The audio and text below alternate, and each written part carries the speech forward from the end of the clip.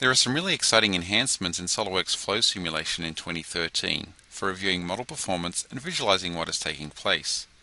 Several of these will become available in Beta 2, but let's look at one really neat addition to the display options in Beta 1.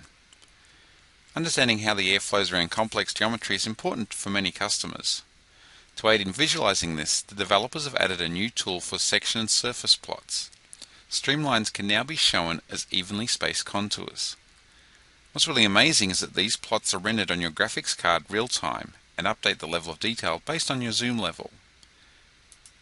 This is a great aid in looking at local flow areas of interest in great detail, but not having it affect the performance or overall view of the results. And the results even update as you drag or animate the plots. The second streamline option is Line Integral Convolution, or LIC.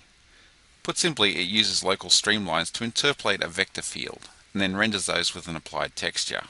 Or in layman's terms, it's a shaded streamline tool for visualization. You can see that the shaded flow stream display really aids in not only seeing the specific results values, but also the path of the air over the surface. These are just a couple of the great enhancements in SOLIDWORKS 2013 Flow Simulation to help you in gaining greater insight into the performance of your design.